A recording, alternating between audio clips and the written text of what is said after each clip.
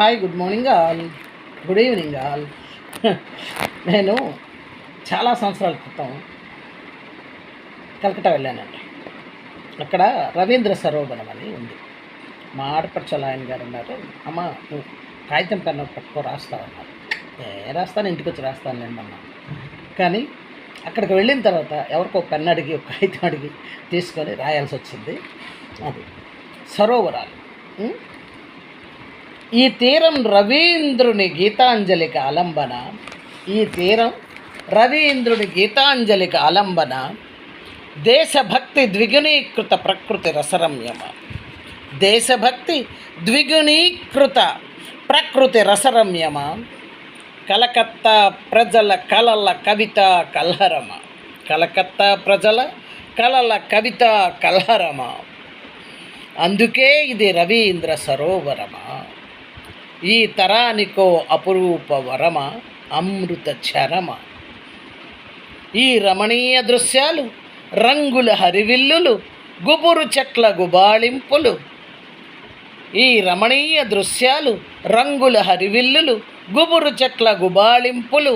మింజామరపు గాలులు, కోకిలల కిలకిల రావాలు, పిల్ల తెమ్మెరల ఝంకారాలు.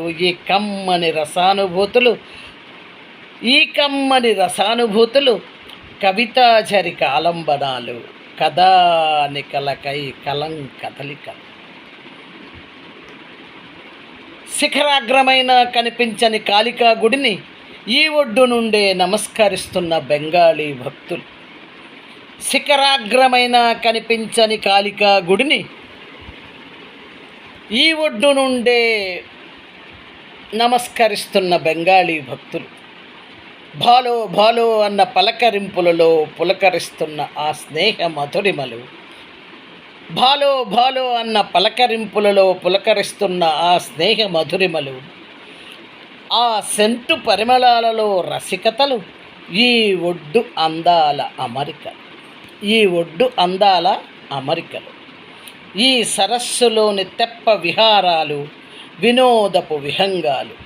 ఈ సరస్సులోని తెప్ప విహారాలు, వినోదపు విహంగాలు. సరస్సుపై ఎగరాలన్న ఆలోచనలు, మనసుకి రెక్కలొచ్చిన తలపులు. అన్ని అమృత ఘడియలు. అమ్మ ఒడి లాంటి ఈ దరి వదలాలంటేనే ఏదో దిగులు. ఈ గాలులు ఆరోగ్య కారణాలు, అనారోగ్య వారణాలు. అలుపు తీర్చు ఆలంబనాలు అందరికీ